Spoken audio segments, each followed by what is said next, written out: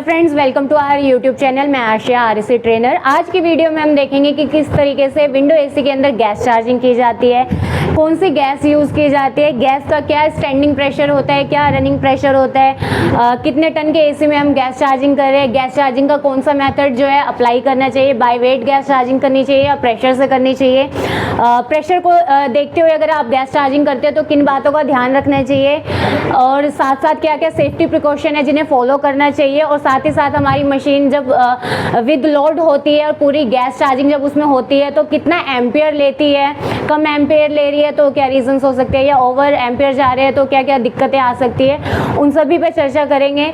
तो बिना किसी देरी के अपनी वीडियो को स्टार्ट करते हैं। तो आज आपको पूरा प्रैक्टिकल देखने को मिलेगा। स्टार्ट करते हैं। तो जब भी गैस चार्जिंग करते हैं आप, चाहे वो विंडो एसी की हो, चाहे स्प्लिट एसी की हो, चाहे 1 टन की हो, चाहे 1.5 टन की हो, 2 टन की हो, जब भी आप उसके अंदर गैस चार्जिंग करते हैं तो सबसे पहला प्रोसीजर होता है कि आप उसके अंदर जो लीकेज वगैरह ढूंढते हैं, उसके बाद उस प्रेशर को रिलीज करके उस लीकेज को फिल करते हैं ब्रेजिंग वगैरह के थ्रू। ब्रेजिंग करने के बाद आफ्टर ब्रेजिंग हम इंस्टेंटली क्या है गैस चार्जिंग कभी भी नहीं करते हैं, क्योंकि जब हम प्रेशर निकालते हैं तो आप लोगों को लगता होगा कि एयर का प्रेशर या नाइट्रोजन गैस का अगर आपने प्रेशर दिया है तो वो पूरा निकल गया होगा, अब तो यूनिट खाली हम गैस चार्जिंग कर सकते हैं। ऐसा नहीं होता है, क्योंकि जब भी कोई चीज़ खाली होती है, कोई यूनिट खाली है, सिस्टम खाली है, तो उसके अंदर एयर मौजूद होती है। एयर मौजूद है तो साथ साथ उसके अंदर क्या है, नमी भी है, मॉइस्चर भी है, और अगर वो मॉइस्चर आपकी यूनिट के अंदर रह गया और उसके ऊपर अगर आपने गैस चार्जिंग कर दी तो वो क्या है, आपके जब यूनिट के अंदर रनिंग पोजीशन में रहेगा तो कंप्रेसर के जो लुब्रिकेंट होता है यानी जो ऑयल होता है उसके साथ मिल करके वो नमी एक मड का रूप ले लेती है, कीचड़ का रूप ले लेगी, और वो कहीं ना कहीं जाके आपकी कैपिलरी में ब्लॉक कर सकता है। चोकिंग होने के चांसेस रहते हैं उस कंडीशन में। तो ऐसा ना हो, उस चीज़ से बचने के लिए हमेशा जब भी आप प्रेशर को रिलीज करते हैं, आपने लीकेज वगैरह फिल कर ली, उसके बाद गैस चार्जिंग इंस्टेंटली ना करें, यूनिट को सबसे पहले वैक्यूम करें। अब वैक्यूम आप क्या है, एक सिंगल स्टेज का वैक्यूम पंप से भी आप वैक्यूम कर सकते हैं, और डुअल स्टेज है तो और भी बेटर है। बट नॉर्मली डोमेस्टिक लेवल पे जो विंडो एसी या स्प्लिट एसी या फ्रिज वगैरह होते हैं उनमें आप एक सिंगल स्टेज का वैक्यूम पंप ले सकते हैं, वो एफिशिएंट है उसके लिए। तो हमने यहाँ पे एक सिंगल स्टेज का वैक्यूम पंप ले रखा था, यूनिट को हमने वैक्यूम किया। वैक्यूम करने से क्या होता है, जो मॉइस्चर है वो नहीं रहता है आपके यूनिट के अंदर, उस मॉइस्चर को ही हटाया जाता है वैक्यूम प्रोसेस के थ्रू। अब वैक्यूम होता कितने पे है, कितनी देर करना चाहिए, उसे भी समझ लेते हैं। तो जब भी आप वैक्यूम करेंगे, एक तो सबसे पहली बात आपके पास गेज कौन सा होना चाहिए। प्रेशर गेज भी आपके 2 तरीके के आते हैं, जिसमें एक में तो सिर्फ आपके प्रेशर ही मेंशन कर सकते हैं, प्रेशर को ही देख सकते हैं, और एक आपका कंपाउंड गेज आता है जिसमें आपके वैक्यूम रीडिंग को भी देख सकते हैं। तो जब भी आपको गैस चार्जिंग करनी है और वैक्यूम करना है, उसके लिए आपको एक कंपाउंड गेज लेना पड़ता है। अगर आपके पास गेज मैनिफोल्ड है तो और भी अच्छी बात है, और अगर नहीं है तो उसके लिए आपके कंपाउंड गेज ले सकते हैं। हमारे पास यहाँ कंपाउंड गेज था, ऑलरेडी हमने यूनिट को वैक्यूम करके रखा है, क्योंकि वीडियो बहुत ज़्यादा लंबी हो जाती, तो हम नहीं चाहते थे कि वीडियो ज़्यादा लंबी हो, तो इस तरीके से हमने ऑलरेडी इसको वैक्यूम कर रखा था। बट मैं आपको चार्जिंग लाइन बता देती हूँ कि किस तरीके से अटैच करनी है, कौन सी चार्जिंग लाइन कहाँ रहेगी, तो उसको देख लीजिएगा। सबसे पहले तो ये आपका गेज है, एक कंपाउंड गेज, उसकी जो मेन पोर्ट की चार्जिंग लाइन है वो तो हमने अपने यूनिट में लगा रखी है, और यूनिट के अंदर ऑलरेडी पिन है। याद रखिएगा, जब भी आप सिस्टम को वैक्यूम करें तो पिन बॉल के अंदर पिन ज़रूर होए, पता चले उसके अंदर पिन आपने निकाल रखी थी, वैक्यूम कर लिया यूनिट को, गैस चार्जिंग कर ली, उसके बाद जैसे ही चार्जिंग लाइन हटाई सारी की सारी गैस रिलीज हो जाएगी। तो ऐसा ना हो, उसके लिए इन चीज़ों का ध्यान रखना है, छोटी छोटी चीज़ों का। उसके बाद ये जो साइड पोर्ट की चार्जिंग लाइन है ये हमने कनेक्ट की अपने वैक्यूम पंप से। यूनिट को हमने 45 मिनट से ज़्यादा ही वैक्यूम किया है। बेटर रहता है जितना देर आप अपने यूनिट को वैक्यूम करें, बट मिनिमम एटलीस्ट आपको हाफ एन आवर तो क्या है यूनिट को वैक्यूम करना चाहिए, यानी आधा पौना घंटा तो लेना ही चाहिए अपने यूनिट को वैक्यूम करने के लिए, अगर यूनिट जो है आपकी बड़ी है। वैक्यूम कर लिया है, वैक्यूम करने के बाद हमने क्या है 10-15 मिनट वैक्यूम में ही आप वेट किया है। ऐसा क्यों किया है, ताकि हमें और कंफर्म हो जाए अच्छी तरीके से कि यूनिट के अंदर अभी भी कहीं कोई लीकेज तो नहीं है। वो कैसे पता करते हैं, तो यहाँ देख सकते हैं यूनिट जो है हमारी वैक्यूम पोजीशन में ही अभी भी स्टेबल है। 10-15 मिनट वेट करने के बाद भी अगर आप इस तरीके से 10-15 मिनट वेट करते हैं और निडल ये ऊपर की तरफ यानी 0 की तरफ बढ़ जाती है, तो आपको ऑलरेडी क्लियर हो जाएगा कि अभी भी कहीं ना कहीं आपके यूनिट के अंदर अंदर एयर है उसने कहीं ना कहीं से तो एयर को सक किया है और आपका जो वैक्यूम है वो ब्रेक हो चुका है, ठीक है। बट यहाँ हमारा यूनिट बिल्कुल अभी तक वैक्यूम पोजीशन में स्टेबल है। अब इसके बाद का प्रोसीजर क्या है, गैस चार्जिंग। अब हम क्या करेंगे, ये जो साइड पोर्ट की चार्जिंग लाइन है इसे निकाल करके अपने रेफ्रिजरेंट के सिलेंडर से कनेक्ट करेंगे, अपने गैस के सिलेंडर से अटैच करेंगे। तो स्टूडेंट सबसे पहले हम हल्का सा अपना सिलेंडर खोलेंगे, आ जाओ, करो ओपन।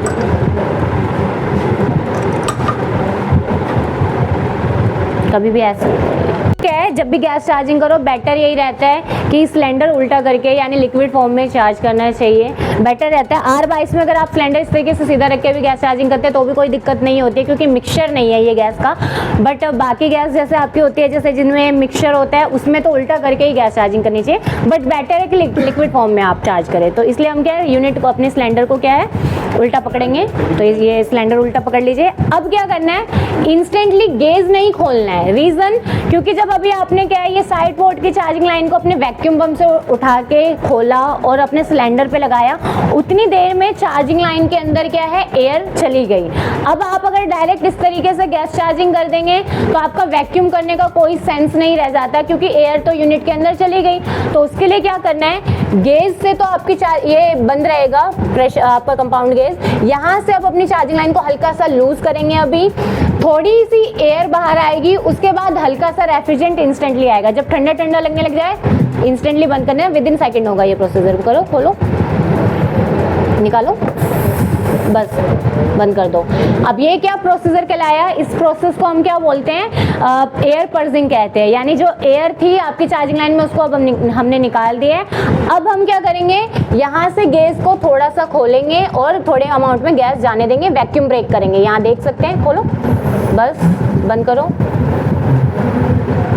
ठीक है, हाँ टाइट है वो, ठीक है। तो ये क्या वैक्यूम ब्रेक हो, यानी थोड़े अमाउंट में। जब भी गैस चार्जिंग करनी है आपने क्या तुरंत खोल के ज़्यादा अमाउंट में गैस नहीं डालना होता है, लोड नहीं देना होता अपने यूनिट के ऊपर, ठीक है। तो धीरे धीरे करके पेशेंसली क्या है काम करना है। गैस चार्जिंग जब भी करनी है थोड़ा थोड़े देर पे गैस को खोल करके गैस डालने देंगे। हाँ, तो अभी एक और बारी, अभी क्या है यूनिट बंद है तो अभी ये आपको क्या है गैस का स्टैंडिंग प्रेशर दिखाएगा।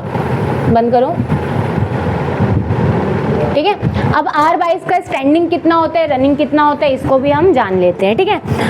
R22 गैस है, इसका जो आपका स्टैंडिंग प्रेशर है यानी यूनिट बंद की अवस्था में ऑफ कंडीशन में जो रुका हुआ प्रेशर दर्शा रहा है वो स्टैंडिंग प्रेशर कहलाता है एक। तो अब उसका कितना होना चाहिए, तो ये आपका क्या है 130 से 150 यानी 130 से 150 PSI इसका स्टैंडिंग प्रेशर होता है। गर्मियों के टाइम पे हो सकता है ये स्टैंडिंग प्रेशर आपको बढ़ा हुआ दिखाए, 170 PSI भी जाए तो वो कोई दिक्कत नहीं होता क्योंकि क्या है टेम्परेचर बढ़ता है तो साथ साथ गैस का प्रेशर भी बढ़ा हुआ दिखाता है, उससे कोई लेना देना नहीं होता है। अभी क्या है नॉर्मल टेम्परेचर है तो इतना फर्क नहीं देखने को मिलेगा, बट कभी भी हम जब गैस चार्जिंग करते हैं तो उसके स्टैंडिंग प्रेशर से कभी भी जज नहीं करते हैं कि आपके यूनिट के अंदर गैस प्रॉपर अमाउंट में गई है या नहीं गई है। उसके रनिंग प्रेशर या बैक प्रेशर या सक्शन प्रेशर जो हम कहते हैं उसके अकॉर्डिंगली हम ज़रूर गैस चार्जिंग करते हैं कि यूनिट में प्रॉपर अमाउंट में गैस गई है या नहीं गई है।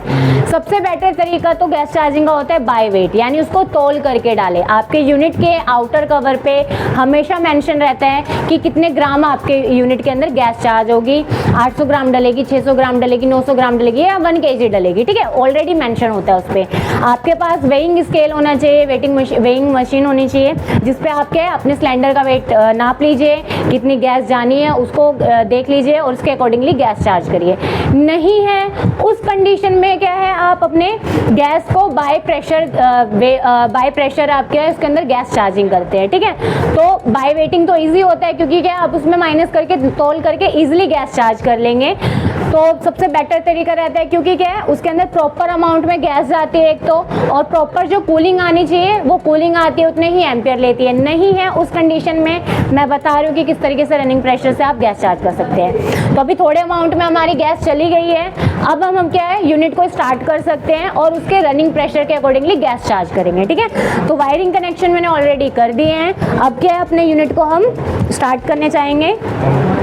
1 मिनट। तो अभी क्या है यूनिट स्टार्ट कर दिया, देख सकते हैं कंप्रेशर चल रहा है हमारा, एम्पियर भी ले रहा है, ये लगभग आपका अराउंड 4.3 एम्पियर ले रहा है। यहाँ लाइनों को छू करके देख सकते हैं, ठीक है। अभी तो बहुत कम अमाउंट में, गेज में प्रेशर देखिए कितना आ गया,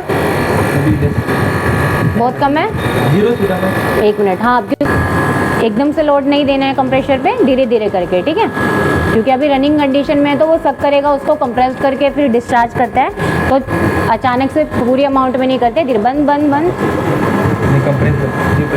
ट्रिप कर जाएगा वो आपका, क्योंकि लोड बढ़ेगा तो क्या है, लोड बढ़ने के कारण ओवर हीट होगा तो ट्रिप कर देगा। देखो ये आइस आकर के मेल्ट भी हो गई धीरे धीरे अपने आप पे, ठीक है, तो आ रही है और मेल्ट हो रही है, जाने दो।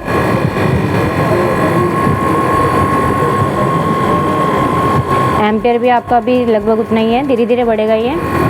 डिस्चार्ज हल्की हल्की गर्म हुई है, अभी उतनी प्रॉपर नहीं हुई है जितनी होनी चाहिए। लगाओ, टच करो, पहचानो, ये चिल्ड होनी चाहिए और डिस्चार्ज बिल्कुल हॉट होनी चाहिए एकदम, ठीक है।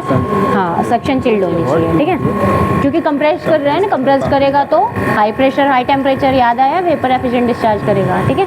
बंद करो,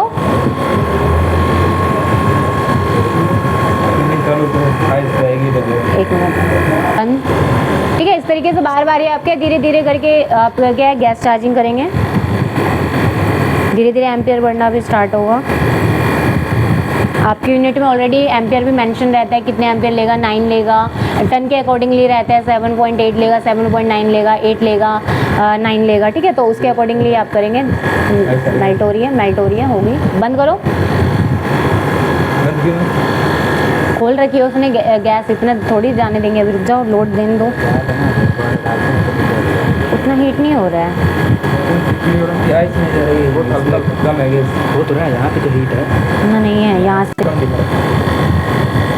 इतने पे तो आ जाना चाहिए। चॉकिंग लग रही है मुझे यूनिट के अंदर, मुझे लग रही है, अरे ठीक तो है, चल तो रहा है, हमने 20 प्रेस रखा तो 50 के पास बहुत है, डालो, अभी 40 भी नहीं हुआ है, बंद करो, ठीक है। जब भी गैस चार्जिंग करनी थोड़ा सब्र के साथ, पेशेंस के साथ, इंस्टेंटली नहीं, ठीक है। अब दोबारा करो, दोबारा डालो, खोलो, बंद, एम्पियर बढ़ना स्टार्ट हो गया है, 5.9 ले रहा है अभी, ठीक है, बट लेगा अभी अप्रोक्सीमेटली और जाएगा अभी, क्योंकि आपका रनिंग प्रेशर भी जितना आना चाहिए उतना नहीं आया। कितना है अप्रोक्सीमेटली, क्या है, 40 भी नहीं आया, रुक जाओ,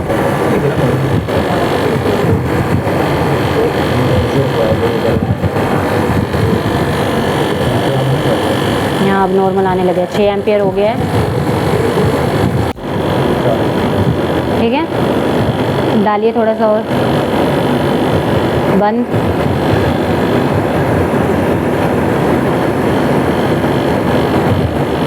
सिक्स एम्पियर ले रहे हैं अभी, ये बढ़ेगा, अभी ये 6.1 हुआ है, एम्पियर जाएगा आपका 7 तक, 7 एम्पियर तक जाना चाहिए। मेल्ट हो गई है वैसे आइस आपकी, थोड़ा चल रहा है, हीटिंग भी कर रहा है और यहाँ कूलिंग भी करने लग रहा है वैसे। प्रेशर देखो महफूज, कम आ रहा है, अभी रुक जाऊँ,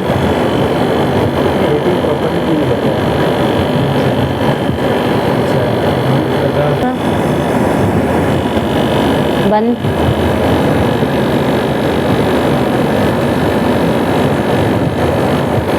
सिक्स 6.3 एम्पियर जाएगा, 7 एम्पियर तक जाएगा ये, नीडल भी थोड़ी अभी स्टेबल नहीं हो रही, करो, बंद,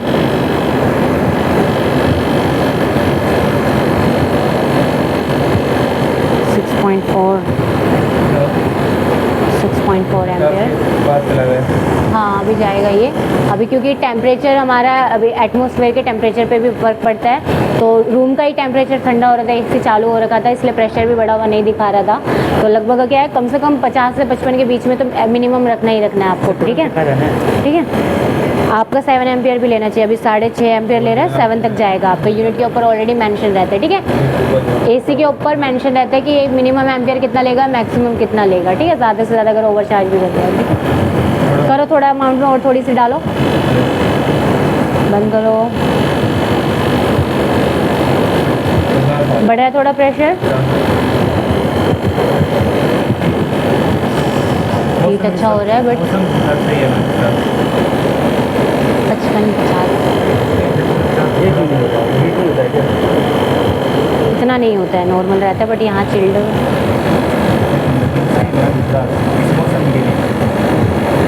कूलिंग कॉइल पे देखो आइस नहीं आनी चाहिए, है ना। लो रेफ्रिजरेंट रहता है तो आपकी आधी कूलिंग कॉइलों पे आइस आने लग जाती है, ये सक्शन पे आ रही हुई लाइन पे आपको दिखती है, ठीक है, तो नहीं आनी चाहिए, ठीक है। देखो जो आई थी पहले वो मेल्ट हो गई है पूरा, ठीक है, इसका मतलब ठीक है। अभी कितना गया महफूज जी, प्रेशर बढ़ा थोड़ा, 6.5 एम्पियर हो चुका है पूरा प्रॉपर तरीके से, बढ़ेगा अभी, थोड़ा बहुत फ्लक्चुएट हो रहा है। दिखाइए, ठीक है, 55 करके डालेंगे, हल्का सा थोड़ी और चार्ज करिए गैस, थोड़े अमाउंट में। वेरी गुड, खत्म हो जाएगा, खत्म हो जाएगा। तो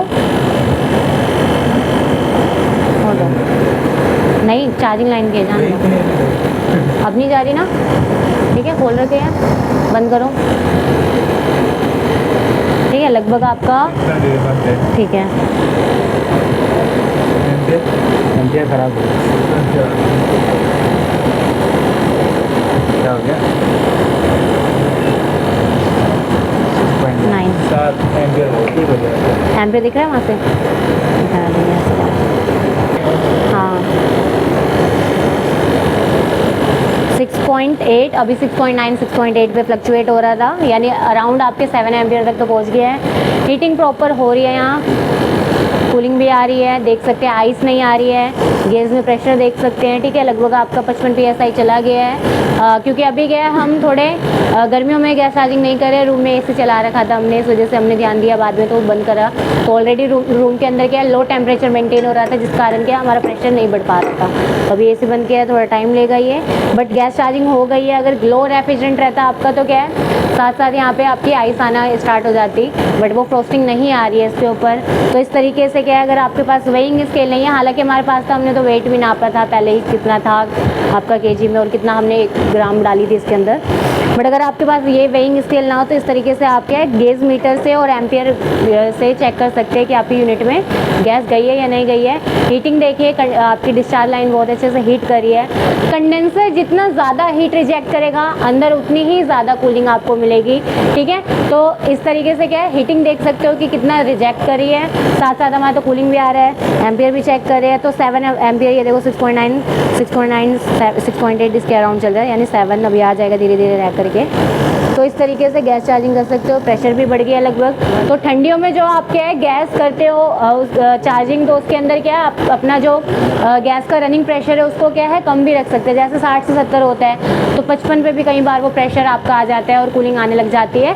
तो लो टेम्परेचर के कारण क्या है हमारा प्रेशर जो है रनिंग प्रेशर वो भी कम दिखाता है। और उसी तरीके से अपोजिट अगर आपके गर्मियों में गैस चार्जिंग करते हैं तो प्रेशर बढ़ा हुआ भी दिखाता है, तो कोई दिक्कत नहीं होती, थोड़ा बहुत ऊपर नीचे चलता है, बिल्कुल एक्यूरेसी नहीं आती है। आपको देखना ये है कि एम्पियर सही ले रहा है या नहीं ले रहा है, यूनिट में आइस तो नहीं आ रही है, हीटिंग अच्छे से हो रही है, साथ साथ रूम के अंदर जो टेम्परेचर आना चाहिए कूलिंग हो रही है या नहीं हो रही है।